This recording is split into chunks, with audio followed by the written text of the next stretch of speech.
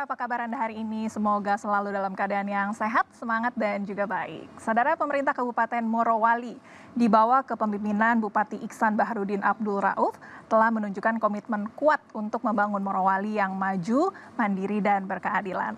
Mulai dari renovasi RSUD dan penambahan armada ambulans sampai program jemput sakit pulang sehat. Pemerintah turun langsung memastikan pelayanan kesehatan semakin dekat dengan masyarakat. Nah, lantas apa saja langkah strategis yang sudah ditempuh selama 100 hari ini dan bagaimana Morowali memastikan reformasi dan pelayanan publik memberikan dampak nyata bagi rakyat. Selama 30 menit ke depan kita akan mengulasnya secara lengkap bersama dengan saya Melissa Gadasari hanya di Bincang Kita.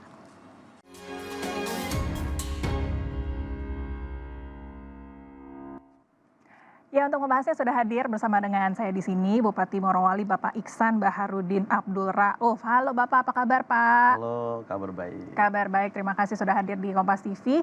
Kita mau bahas mengenai bagaimana nih 100 hari kerja pertama Bapak. Ini luar biasa sudah turun langsung untuk meninjau RSUD Morowali. Ada temuan apa Pak yang diketemukan supaya bisa menjadi fokus perbaikan terutama di sektor kesehatan?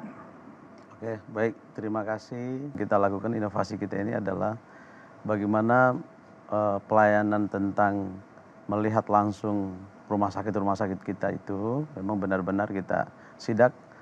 Mungkin sampai malam pun kita sering lakukan karena untuk memastikan bagaimana kondisi rumah sakit itu betul-betul bisa dari sisi pelayanannya, kemudian pembangunannya itu kita betul-betul sasar untuk mencapai titik percepatan ya. Jadi tidak hanya misalnya dari pembangunan saja, tetapi pelayanan juga kita selalu kontrol. Mungkin ya salah satu kita yang di Kabupaten Morowali hari ini saya bupatinya, mungkin sampai masyarakat bilang kok ini bupatinya nggak ada sampai jam berapa harus tidur ya. Tapi itulah komitmen kami sebagai pemerintah bagaimana menyasar konsep pelayanan ini, apalagi khususnya persoalan rumah sakit ya, gitu. Dan alhamdulillah dalam 100 hari kerja kita waktu itu saya bersama Ibu Wakil Bupati memang ya seperti mungkin Mbak lihat sendiri kita menyidak rumah sakit itu hampir 20 kali. Ya, kita sidak siang malam. Itu yang kita lakukan sehingga alhamdulillah hari ini rumah sakit kita ya dari sisi pembangunan kemudian pelayanan begitu punya perubahan yang kuat. Ya. Karena terjun langsung, kita dilihat langsung masalah-masalahnya bisa diselesaikan ya, juga secara kita langsung. Selesaikan satu persatu ya mungkin satu kali tidak mungkin ya. Tapi dengan adanya mungkin pemantauan ya tidak mengenal waktu ya itu menjadi salah satu bagian yang betul-betul masyarakat juga bangga kok ini benar-benar dikerjakan gitu. Ya. Bahkan ada programnya ini yang luar biasa dapat penghargaan juga ya Pak ya, penghargaan Anugerah Cita Daerah Sehat dan Sejahtera. Ini programnya Jemput Sakit Pulang Sehat, namanya juga sudah unik, cukup menarik perhatian publik. Latar belakang lahirnya program ini dan efektivitasnya di lapangan seperti apa Bapak? Jadi lahirnya sebuah program ini memang bukan berarti, karena memang akses kebutuhan ya, jadi memang karena kita sebelum saya jadi bupati, kita berkampanye kurang lebih setahun, kita lihat banyak masyarakat kami itu yang betul-betul mungkin bukan cuma karena persoalan kendala keuangan, tapi karena mungkin rasa malu, ya rasa malu sehingga kita membuatkan program ya udahlah kita jemput. Kadang-kadang juga banyak dari orang-orang tua kita atau masyarakat yang ada di sana mungkin karena mungkin keterbatasan, ya mungkin karena itu tadi malu, sehingga hari ini kita buatkan program ya udah jangan tinggal di rumah, artinya kita jemput dalam posisi sakit. Kemudian kita antarkan ke puskesmas atau ke rumah sakit, habis itu nanti setelah itu kita balikan dalam kondisi sehat. Nah itulah inovasi kita yang kita lakukan, tentunya kita melakukan evaluasi dulu. Ya. Nah kenapa kita harus melakukan program itu? Karena adanya evaluasi. Kira-kira seperti itu. Karena tadi terjun langsung, sidak langsung, jadi tahu betul masalahnya seperti apa, tahu ternyata bukan hanya masalah biaya tapi juga malu ternyata, jadi dijemput supaya nanti pulangnya udah sehat ya Pak ya? Itu. Kira-kira begitu. Kira-kira begitu. Baik. Dan bukan hanya program itu saja, tapi banyak puskesmas di Morowali juga berbenah dalam reformasi birokrasi. Seperti apa kemudian Bapak memastikan peningkatan pelayanan ini bisa berkelanjutan Bapak? Kita melihatnya itu tadi kita mutar dulu ya, kita lihat mungkin mengganti kita reformasi dan semua itu tidak mungkin semudah itu. Kita lihat kalau memang baik ya sudah kita coba untuk melanjutkan itu. Sehingga kan kita juga punya moto, ya coba dari pemerintahan sebelumnya kita kalau yang baik ya tetap kita lanjutkan. Nanti kalau yang masih ini kita untuk memperbaiki. Nah hal-hal ini tentunya dari sektor mungkin dari puskesmas dan lain sebagainya, kita juga melihat kondisi kalau memang harus kita benahi langsung kita, karena kita memang turun kondisinya apa yang harus betul-betul dalam bentuk pelayanan, kemudian mungkin infrastruktur itu langsung kita lakukan dan mungkin itu langsung kita ambil datanya dan kemudian kita langsung mungkin menganggarkan dan kemudian kita berkoordinasi dengan dinas terkait ya untuk penyelesaian itu supaya masyarakat itu tidak bertanya-tanya kok ini kenapa gitu pelayanannya kenapa. Nah kita selalu turun. Nah memang ini adalah sasaran utama kita utama kami sebagai pemerintah daerah Kabupaten Morowali melihat bahwasanya memang benar-benar pelayanan itu adalah penting. Nah, sehingga masyarakat juga merasa bahwasanya ini adalah bagian yang sangat betul-betul dibutuhkan ya memang kita lakukan. Jadi kita memberikan pengarahan kepada dinas terkait untuk melakukan pelayanan, kemudian kita memberikan bantuan-bantuan untuk bagaimana gedung-gedungnya direnov, karena biar bagaimanapun dokternya bagus, kalau misalnya fasilitasnya nggak bagus ya percuma gitu. Ya, kira-kira seperti itu. Baik, jadi memang menyeluruh tadi ya dari programnya, dari gedungnya, dari nakesnya juga kemudian diperbaiki. Ini pasti respons dari warga beragam kemudian ya Pak. Mungkin boleh diceritakan sedikit seperti apa? Tadi katanya sempat sebut bertanya-tanya kenapa nih Pak Bupatinya kok seperti nggak ada jam kerjanya katanya. Kalau untuk khusus fasilitas kesehatan ini respons warga seperti apa kemudian Pak? Jadi kalau saya itu punya moto kuat pelayanan ya. Jadi kalau pelayanan itu mau siang malam pun yang untuk kita lihat namanya rakyat ini ya kita harus layani. Saya menekankan tidak hanya dari sisi kesehatan saja semua. Jadi kalau kita harus melayani itu yang tidak boleh pilih bulu gitu. Kita harus betul-betul melayani.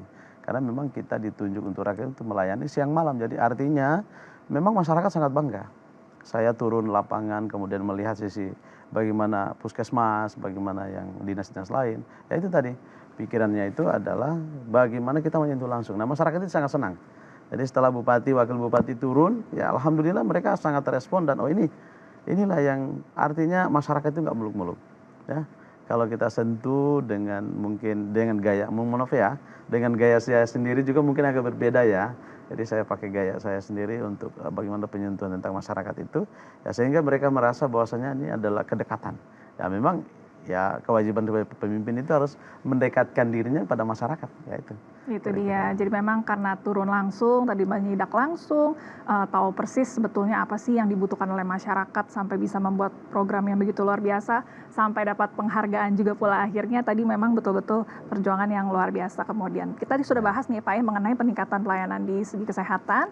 Setelah ini kita mau bahas di reformasi birokrasi dan juga pelayanan publik. Tapi kita jeda sebentar ya Pak ya. Nah, nanti kita akan ngobrol lagi dengan Bapak. Jadi Anda juga jangan kemana-mana, tetap bersama kami hanya di Bincang Kita.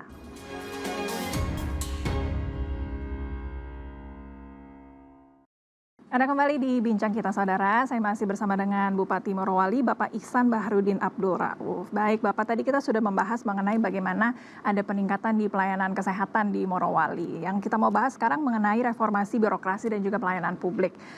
Ini ditekankan penting oleh Bapak di berbagai sektor, termasuk juga di pendidikan dan juga sosial. Filosofi utamanya apa sih Pak kemudian kenapa di bidang-bidang ini harus ada reformasi birokrasi kemudian? Ya, jadi di reformasi birokrasi ini memang kita membuat satu regulasi dari pemerintah daerah memang benar-benar kita setiap program kita harus semua pihak dari ASN itu harus mengetahui apa keinginan bupati untuk membangun dan pelayanan. Jadi kalau orang tidak mengetahui apa keinginan untuk melayani itu dia nggak akan paham akan seperti apa, sehingga mungkin dalam satu kebijakan pemerintah hari ini soal tentang pendidikan harus sesuai tuh basisnya sendiri, maka saya sendiri pun berpikir bahwasanya memang reformasi birokrasi ini tidak semudah apa yang sering orang katakan. Tetapi kalau menurut saya ya karena memang dijelaskan karena pemerintah daerahnya, wakil bupati dan bupati paham dalam kondisi itu, saya betul-betul turun. Jadi apa yang betul-betul apa yang kita akan bangun dalam satu daerah untuk masyarakat itu saya jelaskan. Nah kemudian nanti bagaimana para pelaksana pemerintah daerah atau misalnya para OPD-nya menerjemahkan tentang keinginan bupati, tentunya pada prinsipnya harus tahu apa yang dicanangkan dalam 5 tahun ke depan. Nah, sehingga kita bisa melihat bahwasanya pembangunan Morowali itu tidak hanya berasas dalam sebuah keinginan, ya, tetapi betul-betul kebutuhan. Ya. Ya, dari sisi pendidikannya, kemudian dari sisi dinas-dinas yang lain, mungkin kesehatan tadi sudah dibahas banyak, dinas sosial dan lain sebagainya. Itu memang benar-benar saya sebagai bupati kepala daerah menerjemahkan dengan versi saya ya, tentunya pasti tidak melanggar dengan peraturan. Jadi artinya seperti hari ini sering lihat di sosial media, saya dalam bentuk pelayanan ini saya tidak harus duduk di atas meja. Ya mungkin di luar dengan mungkin lagi ngobrol sama masyarakat, Pak Bupati mohon izin ini kita ada. Nah, itulah salah satu contoh gaya pemerintahan terbaru untuk bagaimana mempercepat ya pelayanan itu kepada masyarakat. Nah, begitupun dari struktur yang dibawa kita mengajarkan itu supaya jangan kaku dalam pelayanan itu, sehingga siapapun dan dimanapun dia bertempat akan diputar dimanapun posisinya, mereka sudah paham apa keinginan dalam konteks membangun pelayanan yang diinginkan oleh bupati dan wakil bupati. Kedekatan itu tadi. Kedekatan, kita tadi bangun Bapak kedekatan semaksimal mungkin sehingga orang mau akan dipindahkan kemanapun karena dia paham. Ya udah, dia udah paham otak pikiran Pak Bupati dan Ibu Bupati ini ya. Oh seperti ini. Ya sehingga bisa betul-betul pelayanan itu tidak tersentral kuat. Nah, artinya saya punya prinsip bupati itu kebijakannya hanya satu, badan bupati itu banyak. Nah, itu kadang-kadang ilustrasi yang sering saya bangun ke teman-teman ini. Kebijakan bupati itu hanya ada satu, badan bupati itu banyak. Artinya kita bisa menyampaikan, mungkin teman-teman bisa bertanya di mana, kemudian oh di sini. Nah, nanti itu disampaikan. Kira-kira kebijakannya akan seperti apa. Nah, itulah yang gaya yang kita lakukan sehingga hari ini alhamdulillah 9 bulan dalam masa jabatan kita ini dari mulai kita dilantik menghampiri 9 bulan, ya betul-betul saya mohon maaf Pak ya, mungkin kalau boleh bilang bupati yang lain atau pada yang lain, saya itu mungkin kalau ada 10 menit saya duduk di kursi bupati hari ini, saya lebih banyak di luar. Nah, artinya muncul juga, saya terjun langsung. Artinya mengambil satu apa keinginan rakyat dan kemudian apa yang dibutuhkan rakyat untuk daerah ini supaya dia maju. Ya tidak bisa dibicarakan di atas meja terlalu banyak. Betul. Kita yang penting tadi bisa menyerap aspirasi dari aspirasi masyarakat dan kedekatan tadi ya Pak ya. Pasti.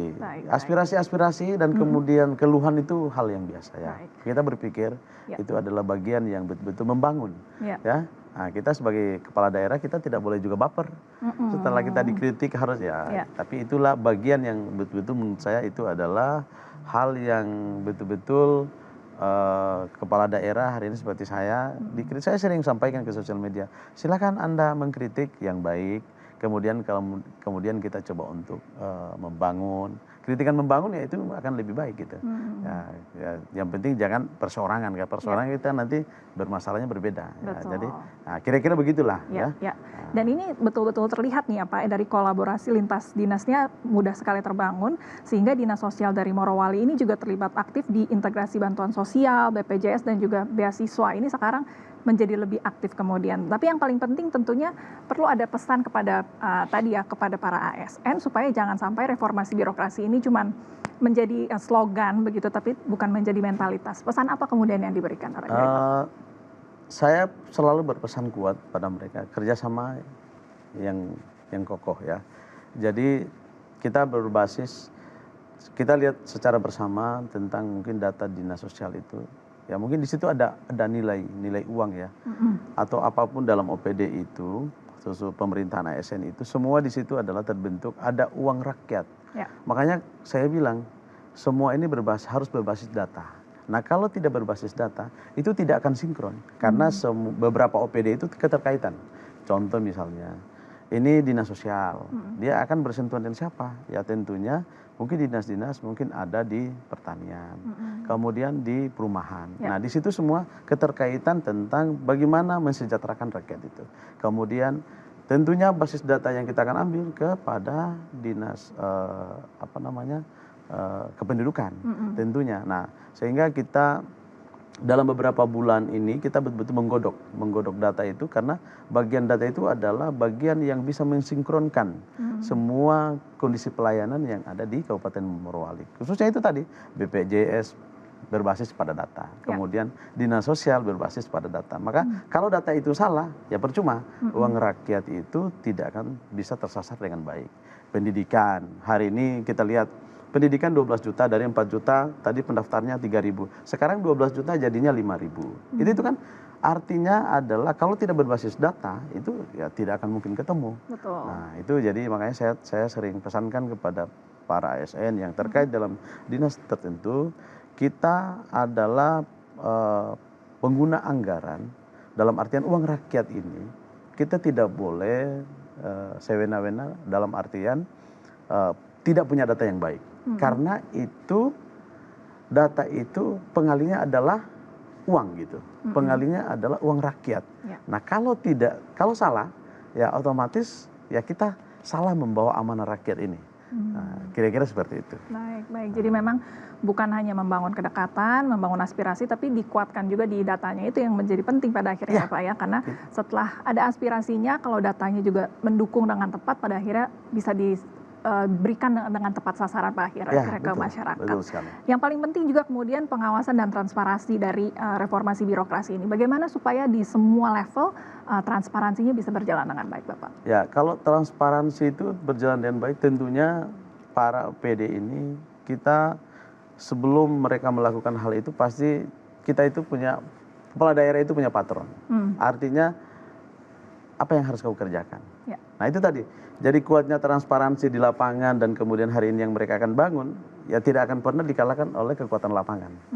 Jadi kadang-kadang mereka, saya mau begini, nah lapangan tidak sinkron, ya pasti kita tidak akan lakukan. Artinya kita ini, itu tadi yang saya sampaikan, kita ini diberikan amanat untuk uang rakyat ini kita pergunakan dengan, bukan karena keinginan kita, betul-betul karena kebutuhan.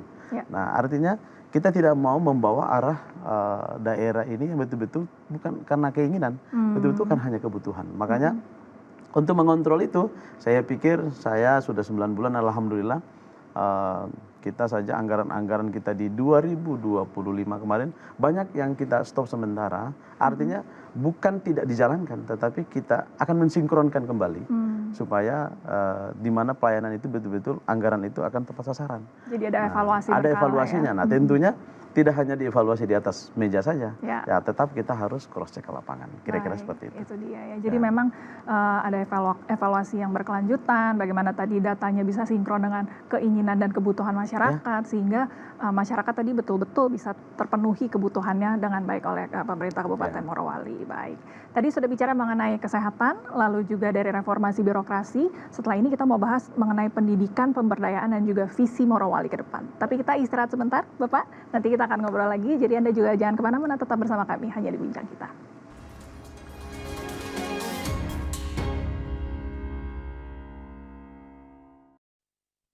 Anda kembali di Bincang Kita Saudara, saya masih bersama dengan Bapak Iksan Baharudin Abdul Rauf, Bupati Morowali. Baik Bapak, kita lanjut ya Pak ngobrol mengenai pendidikan, pemberdayaan dan juga visi dari Morowali ke depan. Ada program ini yang fokus pada pendidikan, yaitu beasiswa 12 juta per tahun. Lalu ada sekolah gratis hingga pendirian sekolah baru. Dampaknya seperti apa, boleh diceritakan? Sudah mulai terlihat kepada masyarakat atau seperti apa Bapak? Ya, baik. Jadi kalau kita bicara pendidikan, yang tentunya itu adalah bagian memang gaya visi misi kami waktu itu. Jadi contoh tentang persoalan beasiswa ini. Beasiswa ini kita sudah jalankan. Jadi kita memberikan patron beasiswa ini dari 4 juta menjadi 12 juta. Artinya kita melihat kantong daerah. Artinya kalau memang bagaimana anak-anak ini kita adjust untuk menjadi lebih giat untuk belajar, sehingga tapi tetap kami memberikan patronnya. Jadi mungkin 8 semester. Ya, jadi kita memberikan dalam satu tahun itu 12 juta. Jadi kita memberikan 12 juta dan alhamdulillah dari 3.000 by data waktu itu karena 4.000 mungkin ya adik-adik kita ini kadang-kadang kalau yang keluar Jawa yang 4.000 dia karena Morowali ini mahal ya, Morowali ini mahal pulang tiket, adik udah usahlah katanya karena mungkin ada prosedur lain sehingga hari ini kita tidak begitu memberikan prosedur yang susah dalam 12 juta ini. Jadi kita memang mensurvei lapangannya, yang di Jawa kemudian harus pulang mengurusi itu ya mungkin ada orang tuanya kan di sana. Ya, kita suruh minta untuk atur dan kemudian Dipermudah ya Pak dipermudah. Kita ini pelayanan nggak boleh kaku. Ya. Kalau kita kaku, kita tetap mengatur pada versi aturan. Kita nggak boleh juga melanggar itu, tapi kita mempermudah. Artinya gaya kita ini mempermudah, tapi semuanya datanya betul-betul kokoh, tidak boleh ini. Makanya hari ini kita lihat bantuan dari 4 juta menjadi 12 juta itu menjadi sorotan juga sebenarnya. Ya, kenapa harus memberikan 12 juta? Ya itu artinya kalau menurut saya jangan diperdebatkan. Kalau pikiran kita itu daerah ini punya kantong cukup gitu. Kalau cukup jangankan 12 juta.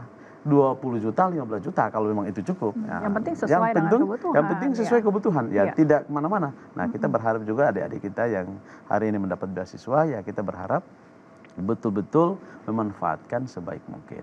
Ya itu. Kemudian nanti mungkin di sekolah-sekolah hari ini kita lihat, kita di pemerintahan baru ini 9 bulan ini kita lagi membuat bagaimana sekolah itu di setiap kecamatan ini saya punya program di setiap kecamatan itu lagi membuat sekolah SD dan SMP itu saya akan kayak prototipe.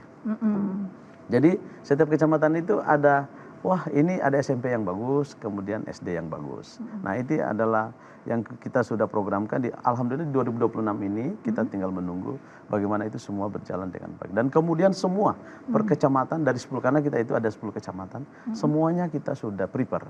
Jadi kita lakukan pembangunan sekolah itu yang kita lakukan awal itu adalah perencanaan.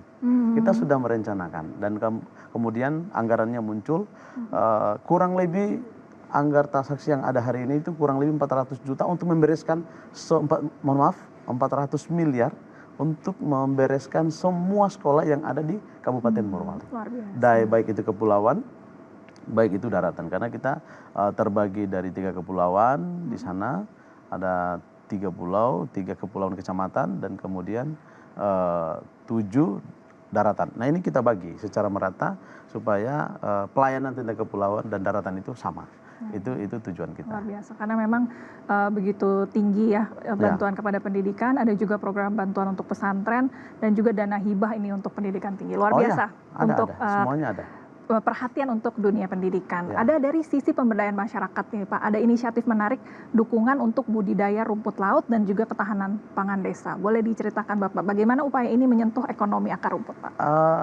Memang kita harus membuat inovasi. Jadi kan masyarakat kita ini, kalau seperti hari ini di Sulawesi Tengah, khususnya di Kabupaten Morowali, kita harus menciptakan sesuatu hal itu yang tidak harus berbasis. Mungkin mohon maaf kita lihat hari ini Sulawesi Tengah, khususnya Morowali berbasis industri. Ini kami menjaga, dari pemerintah daerah ini menjaga tidak boleh terlena.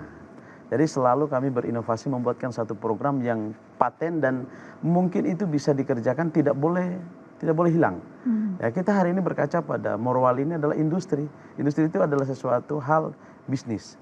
Ya mungkin kalau dia untung dia tinggal seperti bahasa saya sering. Kemudian mungkin kalau dia rugi ditinggalkan kita. Nah hari ini kalau ditinggalkan kemudian kita belum kuat, kemudian sekolah kita belum bagus, kemudian budidaya lain belum bagus, ya otomatis kan kita nggak akan punya income dan masyarakat kita pasti ya kembali lagi ke konsep awal masyarakat kita mungkin tadinya ke hutan akan kembali ke sana kan. Nah inilah kita edukasi membuat satu program itu ya kalau memang hidup di laut kita perkuat laut. Ya. Kemudian yang mana daratan kita perkuat daratan khususnya pertanian kita kasih kuat. Artinya ya tidak boleh kita terlena. Saya sering menyampaikan silakan uang daerah ini habis untuk masyarakat.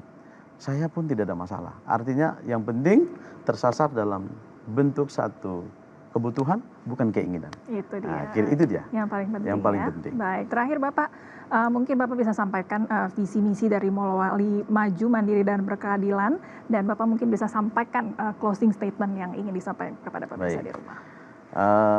Terima kasih. Mungkin ini saya ucapkan terima kasih buat masyarakat Kabupaten Morowali ya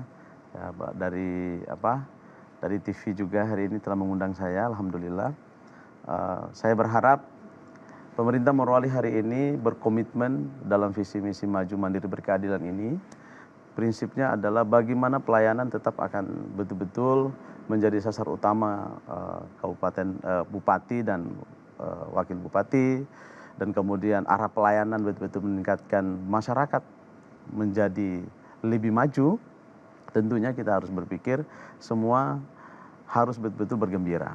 Alhamdulillah dalam closing statement ini saya berharap kepada masyarakat Kabupaten Morowali, alhamdulillah saya didukung dan kemudian supportnya yang luar biasa selama 9 bulan ini dari sisi-sisi semua program yang kita berikan, pendidikan, kemudian kesehatan, infrastruktur, dan kemudian kelautan dan pertanian. Inti dari pokok 5 dasar kita yang kuat ini, saya berharap ini adalah menjadi salah satu doa terbesar kita semuanya untuk masyarakat Kabupaten Morowali, bagaimana program ini bisa berjalan dengan betul-betul maksimal, tepat sasaran, sesuai dengan kebutuhan bukan keinginan. Kira-kira seperti itu. Disebut terus deh Pak ya, sesuai dengan kebutuhan bukan dengan keinginan. Itu dia. Semoga tercapai ya visi misi Morowali yang maju, mandiri dan juga berkeadilan. Terima kasih banyak Bapak untuk waktunya dan juga bagaimana tadi sudah memberikan inspirasi juga ya kepada para ASN, masyarakat di Morowali. Semoga sukses terus, bisa semangat bekerja terus melayani masyarakat sampai ke depannya. Terima kasih banyak Bapak. Baik saudara, dari peningkatan pelayanan kesehatan hingga reformasi birokrasi, pemerintah Kabupaten Morowali menunjukkan bahwa pembangunan bukan sekedar janji, tapi kerja nyata yang terasa langsung oleh masyarakat. Semoga semangat maju, mandiri, dan berkeadilan terus menjadi pegangan dalam membangun Morowali yang lebih sehat, cerdas, dan juga sejahtera. Saya Melisa Gandasari, pamit undur diri. Kita jumpa lagi di lain kesempatan. Sampai jumpa.